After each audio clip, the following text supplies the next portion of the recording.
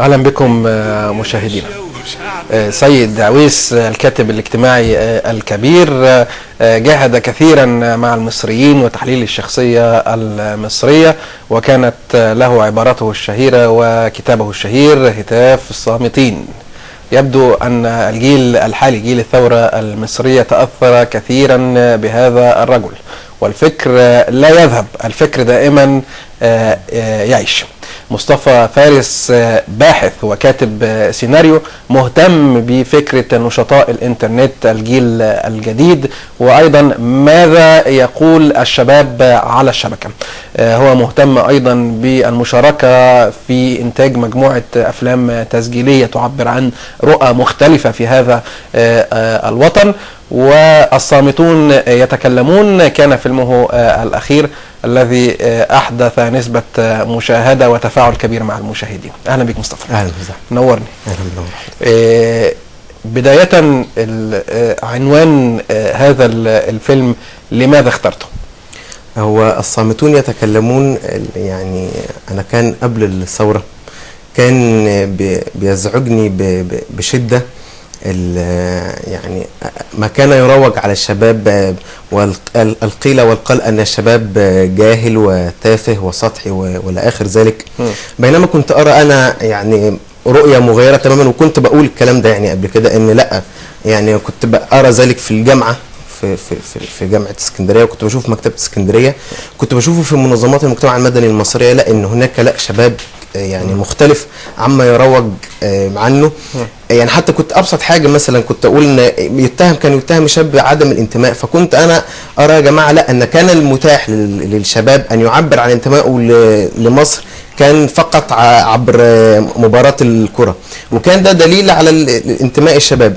حاجه تانية انا كنت حابب يعني اقول ان هذه الثوره لم تكن يعني حدثت من فراغ، لاني كنت ارى ان يعني شريحه كبيره من الشباب المصري اللي كنت بتعامل معاهم كان عندهم يعني جذور وعي ومعرفة كبيرة، وكان الشباب كان حابب ان هو يعني ينعتق من هذا الجو والمناخ اللي كان حواليه ليفرض واقع جديد. كمان انا كنت شايف برضو ان وما زلت مؤمن بده، والثورة اكدت ده، ان في بعض الصفات كانت موجودة في الجيل بتاعنا. اولا مثلا انه كان جيل لديه قدرة على القيادة دون أن يقاد، يعني ده شق، وده اتضحت في الثورة. شيء تاني ان كان الشباب كنت بجد ان الشباب كان عنده قدرة على التنظير دون ان هو يكون عايش في الخيال، يعني كان ينظر بمحاكاة الواقع. كمان كنت شايف ان الشباب المصري كان عنده حلم وطموح وكان كبير، رغم كانت الصورة كانت قبل الثورة قاتمة، وكان كل ما حد يتكلم او حد عايز يبقى مستقبلي افضل كانت دايما الصورة كانت صعبة. كنت بشوف ليه اصدقاء كتير بعض الناس يقولوا يا جماعة طب الحل ان احنا طب ايه ده احنا نخرج، فكان الحوار دائر في مصر. دي الاسباب اللي دفعتني شخصيا يعني ان انا اخوض تجربة الصامتون. نعم، خلينا نشاهد مقطع من فيلم الصامتون يتكلمون ونعود ثانية الى الاستوديو.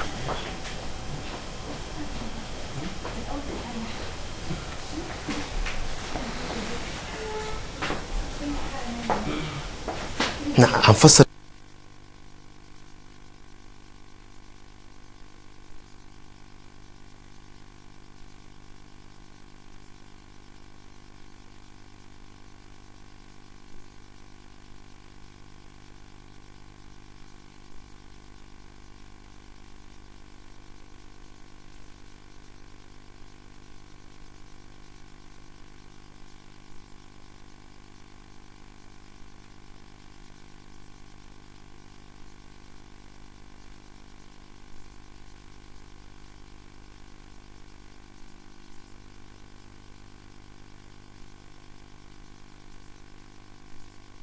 اشرح لنا مصطفى. اشرح لنا اللقطه. اللقطه دي كانت في بدايه التكوين بتاع هذا الجيل، كانت يعني الذي اثر في تكوينه كان كابتن ماجد ومازنجر. هي كانت الفكره في البدايه انه يعني كيف تكون هذا الشباب، واهم الشخصيات او الاعمال اللي كانت بتاثر في تكوين هذا الجيل اللي هو صنع الثوره دلوقتي. يعني الفيلم الصامتون يتكلمون، القصد بكلمة الصامتون اللي هم هؤلاء الشباب الذين فرض عليهم الصمت، وحينما تكلموا عبر أدوات الإعلام الجديد، وحينما تكلموا أحدثوا ثورة. يعني ده شرح معنى الصامتون يتكلمون. تمام. الشخصيات اللي انت اخترتها في فيلم الصامتون يتكلمون، وطبعا انت هتشرح لنا الصامتون يتكلمون، هل هي من هتاف الصامتين من سيد أويس ولا لا؟ لا مش من هتاف الصامتين بتاع سيد أويس. امال ايه القضيه؟ جت منين الاسم يعني؟ الاسم جاء زي ما قلت لحضرتك ان هو فكره ان كان الشباب المصري كان محتك بصوره كبيره جدا بوسائل الاعلام الجديد. كان في ازمه ان نقول يعني بالذات لدى قطاعات كبيره من الشعب المصري، خاصه يعني اللي هم جيل ما فوق جيل الشباب، كانوا يعني اولا كانت نظرتهم للانترنت نظره سلبيه جدا، ان هو يعني الشباب بيقعدوا يضيعوا وقتهم عليه وكده الى اخر الكلام ده. بس اكتشفوا يعني كان في الاخر لا اكتشفنا ان هذا الانترنت مثلا كان الشباب حينما استخدم الانترنت استخدمه بتراتبيه. يعني اول حاجه كان التراكم، اول ما دخل الانترنت في مصر وابتدى اديني كلمه من فضلك، يعني الاسم اخترته ليه؟ الاسم عشان نوصف الحالة والإحداث لرصد التراكم الذي حدث لاستخدام الشباب الوسائل الإعلام الجديد يعني منذ دخول الإنترنت في مصر لغاية ما حدثوا ثورة.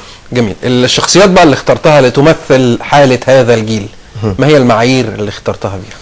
المعايير اول حاجه ان الشباب اللي يكونوا موجودين هم الفيلم اولا يعتمد على الشباب بصوره اساسيه، ان هو بيتكلم على الشباب.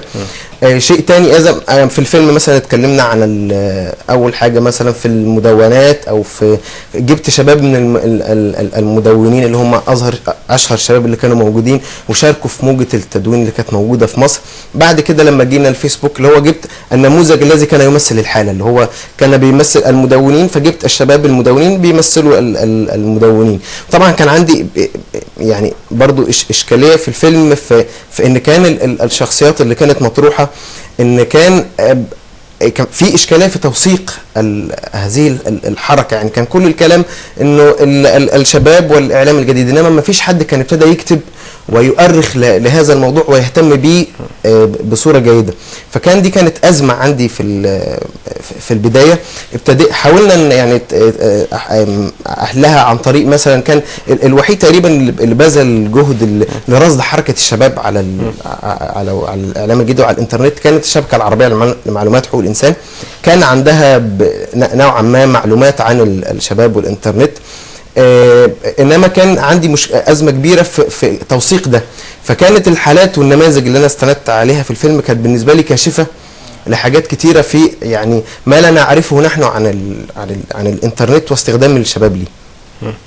يعني هناك جهات اخرى ومصادر اخرى كان تؤرخ للجيل والشباب، هناك كتابات مختلفه في هذا المجال يمكن كانت تحتاج فقط لجهد جماعي يمكن اكتر قليلا. على اي حال من الاحوال الفيلم عمل جاذبيه للمشاهدين واحدث تفاعل. في رايك ليه؟ ايه السر، ايه السحر اللي في الفيلم يعني؟ يعني مش قصة سحر، بس قصة ان انا يعني هذا الفيلم كان الشباب يعني بيرى فيه نفسه. يعني اللي هو كان بيتعامل مع الفيسبوك ان هو مثلا يعني لو هنتكلم مثلا بالتطور استخدام ادوات الانترنت، كان مع المدونة كان الشباب اكتشف مرة واحدة انه يعني امامه مجال يعني خاص بان هو يقدر يعبر بيه عن ذاته مش متاح ليه في هذا الواقع. فكانت دي بالنسبه له كانت مفاجاه ابتدى يتحرك فيها. نفس القصه لما جاء الفيسبوك، الادوات اللي سمح بها الفيسبوك مثلا يعني برضو في التعبير عن الراي والتعبير عن الذات، كان مثلا المدونين كان ليهم طاقتهم وقدرتهم ليه، لان كان لازم يبقى عنده مدونه يبقى عنده قدره على الكتاب.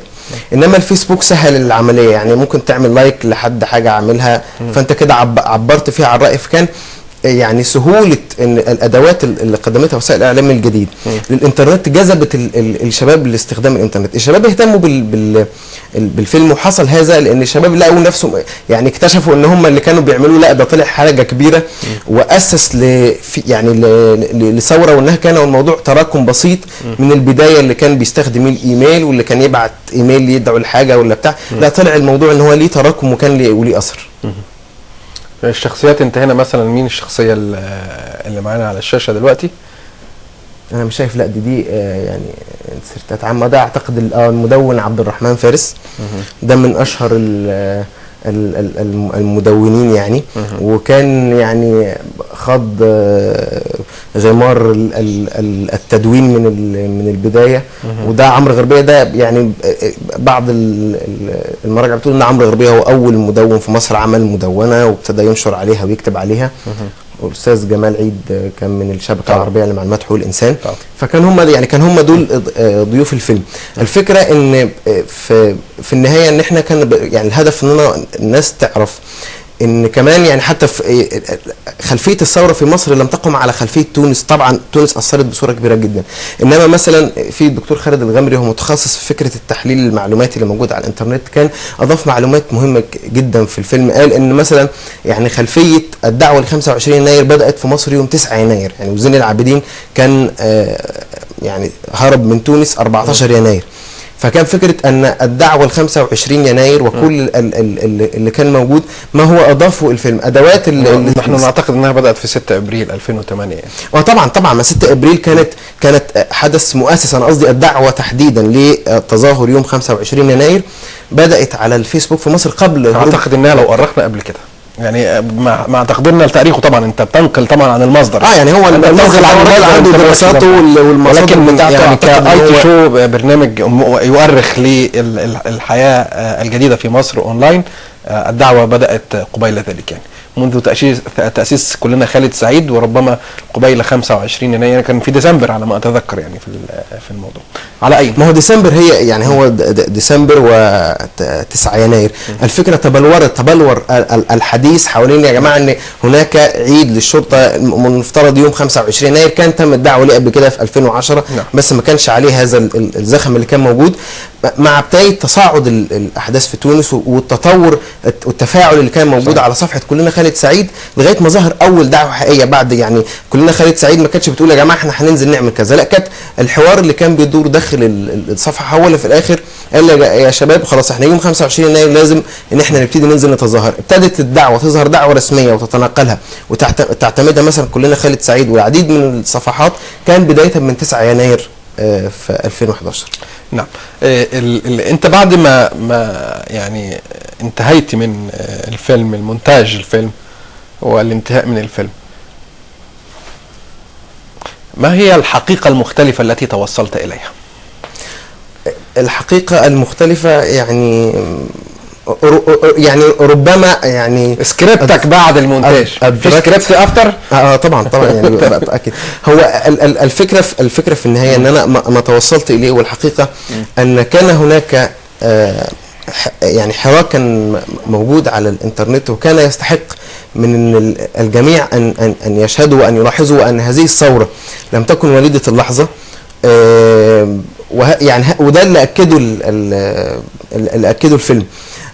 ربما ده كان بيأكد لي قناعتي وأكد لي أن الشباب المصري لم يكن شبابا سطحيا ولم يكن شبابا جاهلا، لا بالعكس، كان كل المساحات التي كانت تتيح لهذا الشباب أن ينطلق وأن يتحرك وأن يعبر عن ذاته. يعني الشباب خلق عالم، يعني أنا اكتشفت كمان في الفيلم أن كان هناك عالم افتراضي، يعني الشباب نسجوا على الانترنت. يعني كان الجروبز اللي كانت معموله كانت بمثابه منظمات للمجتمع المدني اللي كانوا بيعملوا فيها دعوات للشباب ان احنا ممكن نعمل حاجه الفلانيه او ندعم نشاط معين او حاجه زي كده.